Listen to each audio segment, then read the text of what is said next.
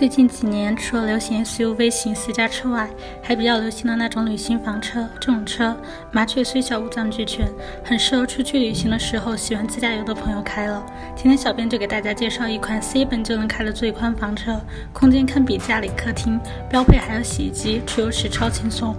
这款车是来自法美瑞的 C 级房车。从车子外观看，它体积是很大的，因为空间很大，所以要有足够的体积来支撑它。再看它的内饰，这款车有定速巡航 ABS 系统，除此之外，这款车还配有2张双人床、1张拼床、电视机、洗衣机和电冰箱、空调、餐桌等这些家具真的是很齐全了，跟家里没有什么差异。从动力设施，它搭载的是 2.8T 柴油发动机，5速手动变速箱，马力十足，操控起来比较轻松。而且这款车的底盘是轻卡底盘，